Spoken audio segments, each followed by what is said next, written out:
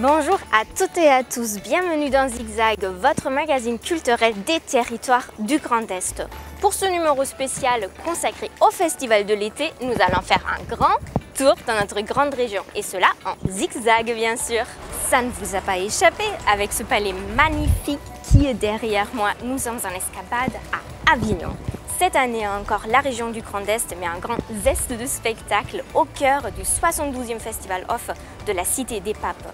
C'est l'endroit et le moment où il faut être quand on fait de la scène en France. Le Festival d'Avignon, c'est du théâtre, mais c'est aussi un grand marché pour le spectacle vivant. Et la région du Grand Est soutient ces compagnies dans leur quête de diffusion hors de leur territoire. Pour en savoir plus, nous avons notamment rencontré Pascal Mangin, le président de la commission culture de la région du Grand Est.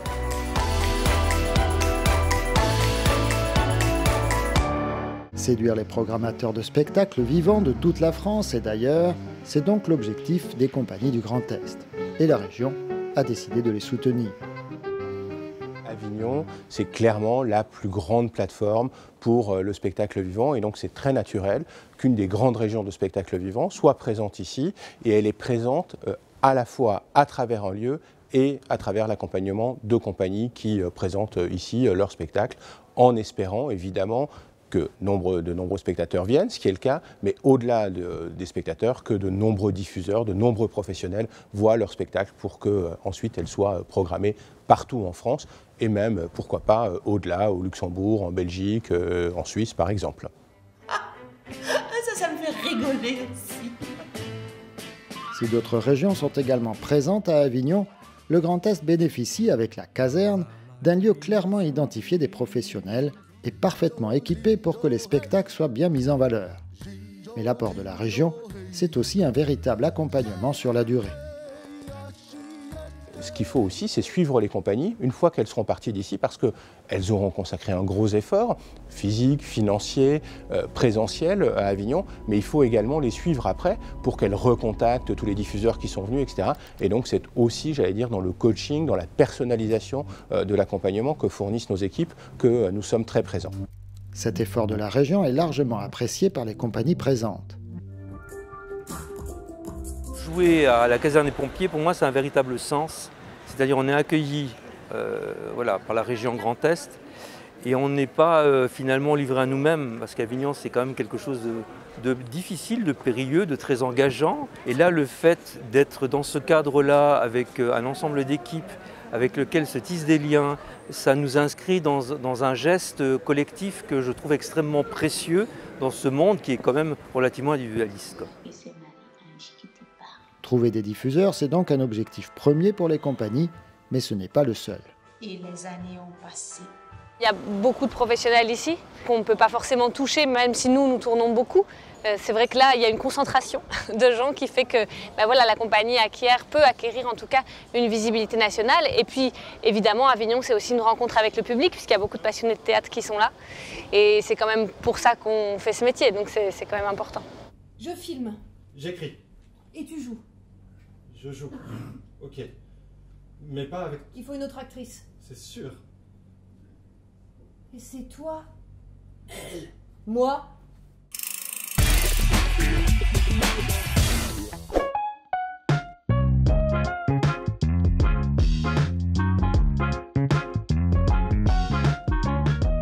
C'est ici, à la caserne, un des lieux emblématiques du Festival Off, que 11 compagnies de la région du Grand Est se sont donné rendez-vous. Du 7 au 23 juillet, elles enchaînent les représentations.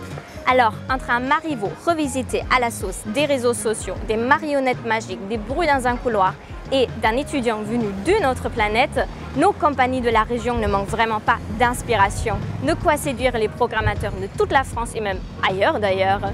Petit florilège.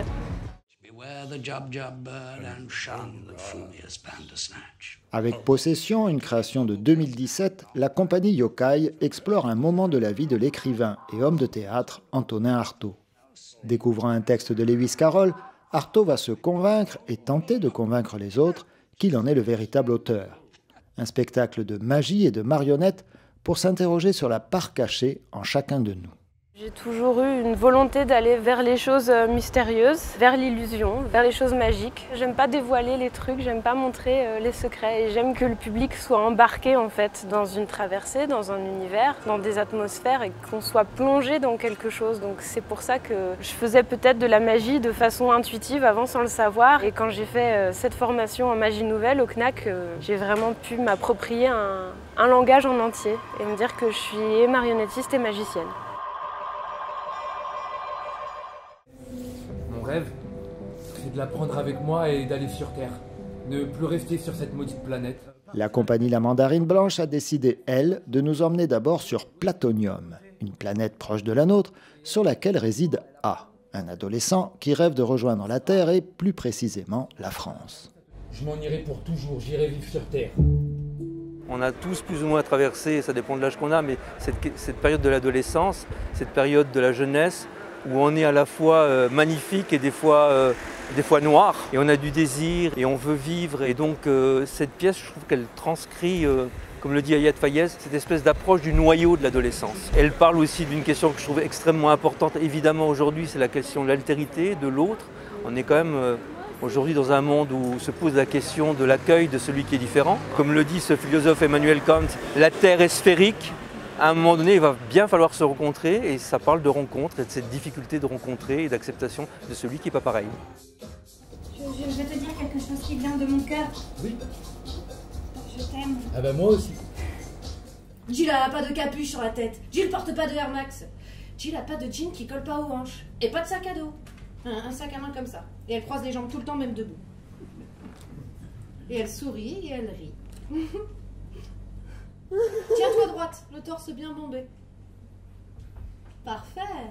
Ah, les préjugés d'hier sur les conditions sociales des uns et des autres. Notre littérature est remplie de ces amours aussi fervents qu'impossibles, réduits à néant par les conventions qui cadenassent nos sociétés. Mais les choses ont-elles vraiment changé ? Les Préjugés, c'est un spectacle qui est composé de 2 textes. Un texte d'abord de Marilyn Mattei, qui est une jeune auteure d'aujourd'hui, et puis un texte de Marivaux. Et les 2 textes parlent de comment une histoire d'amour peut être empêchée par un préjugé, que ce soit aujourd'hui ou il y a 300 ans. Mes intentions au moment de monter la pièce, c'était effectivement de parler des préjugés qui nous empêchent de vivre ensemble, d'une part, et puis aussi de parler de nos préjugés par rapport au théâtre, et notamment au théâtre classique, puisque voilà, le spectacle est aussi fait pour amener à la pièce de Marivaux. C'était ces 2 préjugés-là, ces 2 grandes familles de préjugés qui m'intéressaient à traiter, quoi. Elle est nouvelle, elle vient de naître aujourd'hui. Salut. Jill, c'est moi. Ça va pas. Ça va très bien, quand on renaît, on revit, quand on revit, on respire, le monde il est comme neuf. Faut aller à l'infirmerie. Jill va bien. Tu délires. Je change. Tu te déformes. Tu ressembles à un clown. Je veux revoir Mina.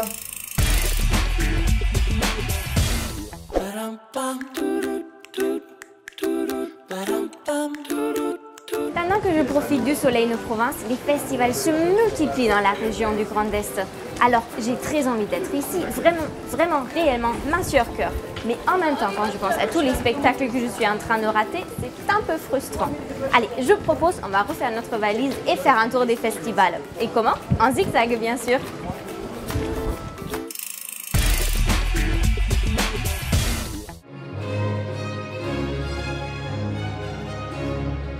Et pour démarrer cette grande tournée, rappelez-vous de notre numéro du mois de juin.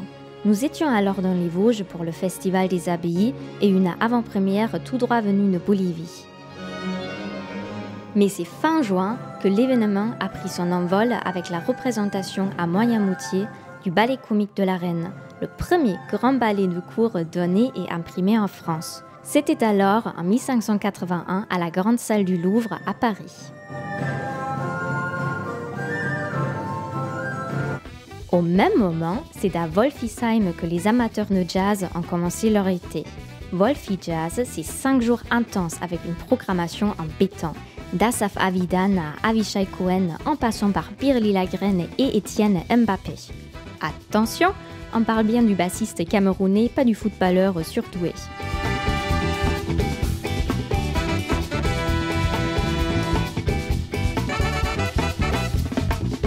Dans l'Aube, c'est le festival en Hôte qui a lancé la saison. Une 28e édition toujours aussi conviviale et bon enfant que nous fait découvrir Canal 32. L'association a changé de formule cette année. avec des concerts gratuits en début et en fin de soirée. Samedi, par exemple, les groupes La Chose et puis Zoulou, finalistes du tremplin, ont chauffé le public présent, peu nombreux mais enthousiastes. On connaît le festival, depuis quelques années on vient et on trouve à chaque fois qu'il y a des super groupes qui passent. Voilà, et là c'était le cas encore ce soir avec Zoulou, c'est une belle découverte.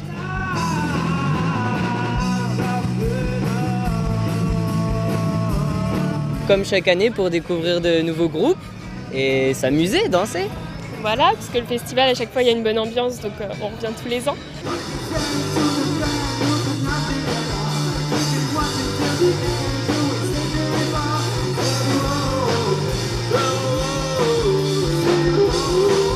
C'était plutôt bonne ambiance, moi je le dis tout le temps, je préfère jouer devant 10 personnes qui sont à fond que devant 1000 qui bougent pas.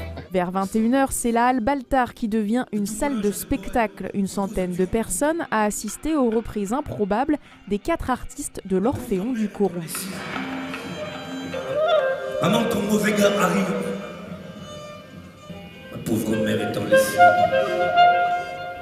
C'est un peu les montagnes russes, en tout cas c'est ce que j'espère. C'est-à-dire qu'on... Il y a des morceaux très calmes, très fragiles, il y a des audaces un peu plus punk. C'est la somme de 4 imbécilités et 4 cœurs qui battent très fort. Moi, dans Montagne Russe, j'enlèverais russe.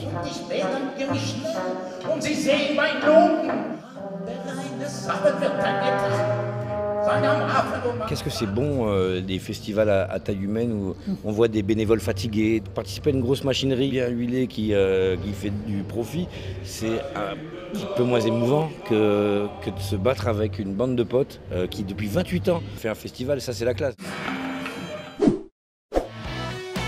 Dans la Meuse, à Bar-le-Duc, Renaissance a donné le coup d'envoi des festivals d'art de la rue. Près de 30 000 spectateurs ont profité des 44 compagnies présentes sur 3 jours de festivités.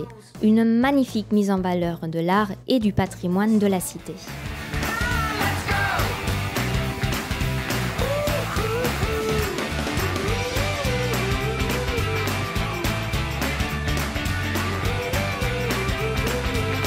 À Reims, la ville propose, elle, des flâneries musicales qui s'étalent de juin à juillet. En apothéose, un concert pique-nique géant avec Tchaïkovski au programme de l'Orchestre national de Lorraine. Le tout terminé par un feu d'artifice. Mi-juillet, c'est d'une foule plutôt juvénile qui a pris le chemin de Neuve-Église, au cœur du vignoble alsacien. Décibule, c'est 3 jours de festival dédiés aux musiques actuelles, où l'ambiance et les rencontres sont au moins aussi importantes que la musique qu'on y entend. C'est dire. La fréquentation a battu des records cette année avec 27 000 spectateurs. Pour les rencontres, vous aviez le choix.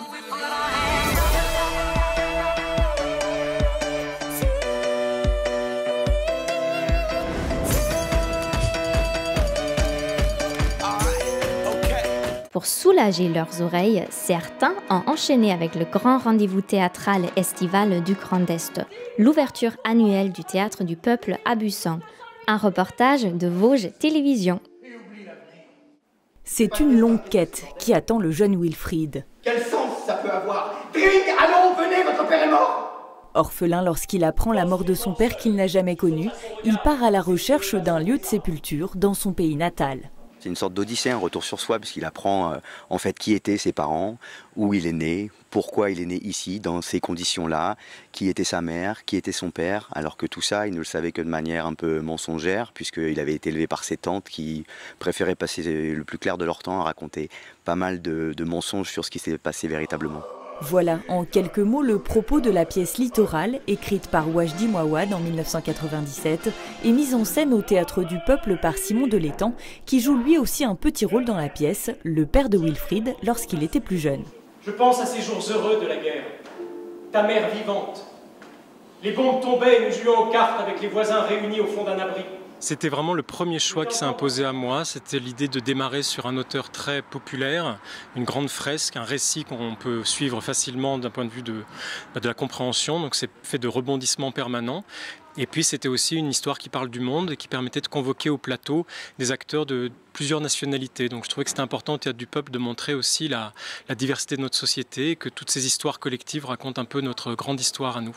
Une pièce qui mélange les genres et s'intègre parfaitement au décor bien spécifique de la salle. On ne peut pas dire que c'est une histoire uniquement tragique ou que comique, ça mêle les deux. Donc ça permet dans le spectacle d'avoir des deux parties par exemple très différentes. La première partie est plutôt de l'ordre de la comédie, la deuxième est plutôt dans le tragique, à partir du moment où on avance dans l'histoire. Cette ouverture aussi sur la forêt, c'est quelque chose voilà, qui vous a servi dans cette pièce? Complètement, c'est-à-dire que j'ai essayé d'imaginer une manière originale de la faire apparaître. Donc c'est un personnage presque à part entière dans la dynamique notamment de la deuxième partie. Mais voilà, que les gens soient rassurés, la forêt va beaucoup s'ouvrir. Un petit saut dans le temps, histoire de digérer la deuxième étoile, et les amateurs de reggae se sont rués fin juillet à Célestat sur le Summer Vibration Festival. Jimmy Cliff, Julian Marley, fils de Bob, Tikenja Fakoly, The Wailers, Massilia Sound System. Avec une affiche pareille, forcément, ça donnait envie.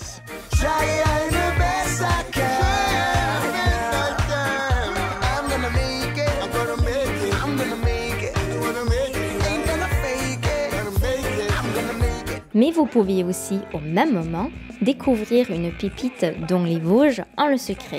Le Pied Orange, c'est un festival organisé en toute simplicité par chez Narcisse, un bar du Val d'Ajol, une petite cité de 4000 habitants. Flor del Fango, des ex de la Mano Negra, Pigalle ou encore l'Ofofora, une programmation étonnante et très appréciée du public, tout acquis à cette cause.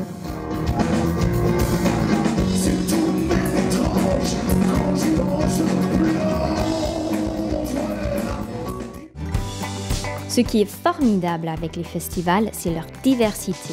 Rock, reggae, jazz, classique, théâtre, art de la rue, il y en a pour tous les goûts. Il y a aussi les festivals qui se concentrent sur 2 ou 3 jours avec des journées et soirées à rallonge, et puis il y a ceux qui s'étalent entre juin, juillet et août. On peut partir en vacances et revenir, ils sont toujours là, comme par exemple Constellation à Metz. Beaucoup de musique, mais aussi beaucoup de performances artistiques. Au total, plus de 500 rendez-vous, dont ce son et lumière sur la cathédrale de la ville.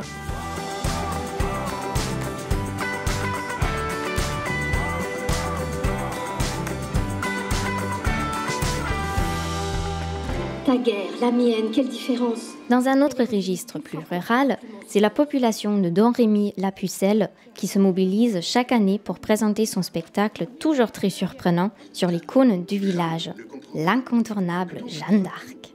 Un jour, fille Dieu, tu bouteras les Anglais hors de France. Si dans d'autres régions, le mois d'août marque un temps d'arrêt pour les festivals, ce n'est pas le cas dans le Grand Est. Au gré du jazz fait partie de ces rendez-vous particulièrement prisés par les festivaliers de la première quinzaine d'août.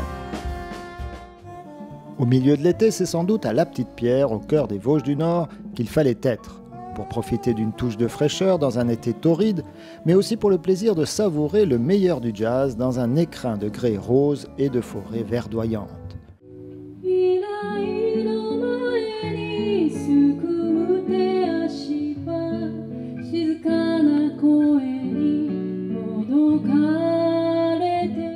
Une combinaison que les musiciens apprécient particulièrement.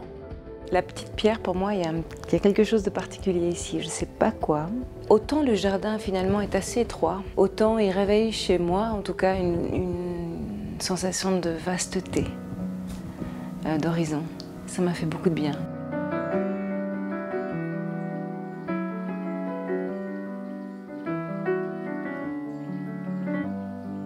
C'est exactement l'autre côté de New York, c'est l'opposé, le négatif. C'est tranquille, il y a de la nature ici, les gens regardent dans les yeux. Moi j'aime bien les deux côtés, j'aime bien la vie new-yorkaise et le rythme de la ville.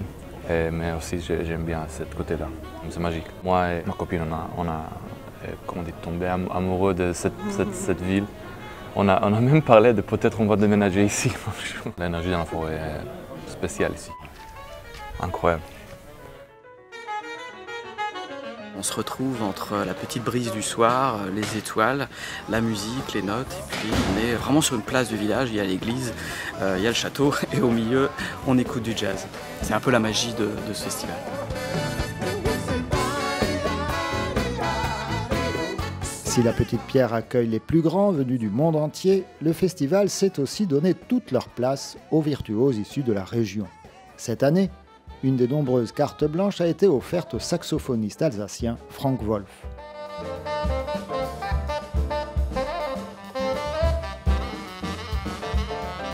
On a à cœur de développer ce genre de projet, c'est-à-dire de pouvoir mettre en avant les musiciens de la région Grand Est et de leur donner la chance de créer des projets et d'essayer des choses ici à la Petite Pierre.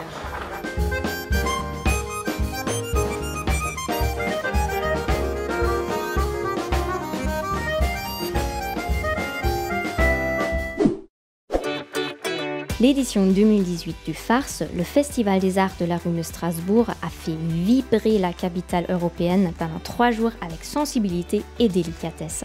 Un foisonnement de spectacles et de créativité où l'on a parfois joué avec le feu. Connaissez-vous Dommartin les Remiremont? Peut-être pas encore. Sachez que s'y déroule chaque été depuis 2014 le festival très rock et très sylvestre des sapins barbus. Un événement musical mais aussi très environnemental et complètement vie locale avec même un burger 100% romarimentin. Un cadre enchanteur, là aussi en pleine forêt, une programmation pour toute la famille avec des spectacles pour enfants et des concerts pour les grands, la 12e édition de Samalit a fait le plein mi-août. Présentation avec Alsace 20. La 12e édition du festival Summerlied s'est déroulée ce week-end dans le cadre magique de la forêt d'Ollungen, près de Haguenau. Plus de 50 artistes se sont produits sur les différentes scènes devant un public plutôt familial. Contes, poésie et parcours oniriques mis en place par la compagnie Tohu Bohu ont animé ces 3 jours de festival. Cette année, ils s'ouvrent vers de nouveaux horizons. Cette 12e édition, elle va marquer peut-être un tournant pour justement des artistes plus jeunes, pour un public plus jeune. Mettre à l'honneur l'oralité de la région alsacienne était l'objectif premier de ce festival. Depuis, il s'est ouvert à des musiques venues d'ailleurs, avec à la fois des groupes de musique actuels qui représentent une identité forte et une particularité à défendre, et des artistes qui s'inscrivent dans la tradition alsacienne. Ce qui me plaît, c'est justement les rencontres de tout. Il y a beaucoup de musiques très différentes et world et tout ça. Et finalement, pour moi, ce qui m'intéresse, c'est la musique au sens large. Donc toutes les langues aussi, et évidemment aussi ma langue maternelle qui est l'alsacien. Je chante rarement en alsacien. Je me fais un petit défi de chaque fois ramener quelque chose de nouveau en alsacien. Après 22 ans d'existence, Summerlied cultive une expérience musicale alsacienne ouverte sur le monde.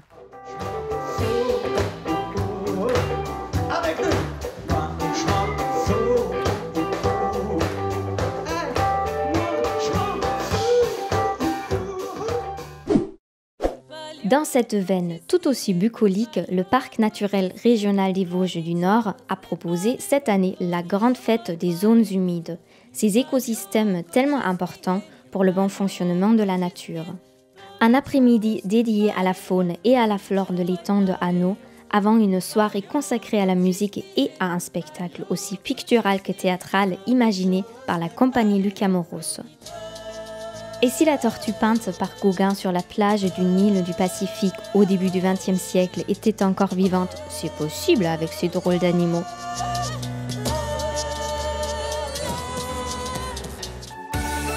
Si fin août, l'été n'est pas fini, l'ambiance générale va prendre quand même des tonalités de rentrée. Mais pas partout! Avec le Cabaret Vert à Charleville-Mézières, on a même atteint des sommets festifs pour le dernier week-end des vacances. Suprême NTM, Chaka Ponk, les Négresses Vertes redonnent la pêche. Ça tombe bien, on va en avoir besoin.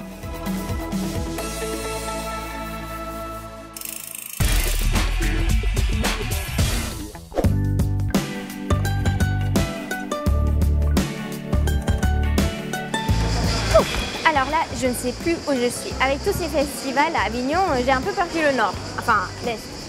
L'est? Petite blague à part, je sais même que pour la prochaine, nous serons à Nancy pour le lancement d'une saison exceptionnelle à l'Opéra de la Ville qui fête son centenaire. Et en attendant que le spectacle vivant soit avec vous. Rideau!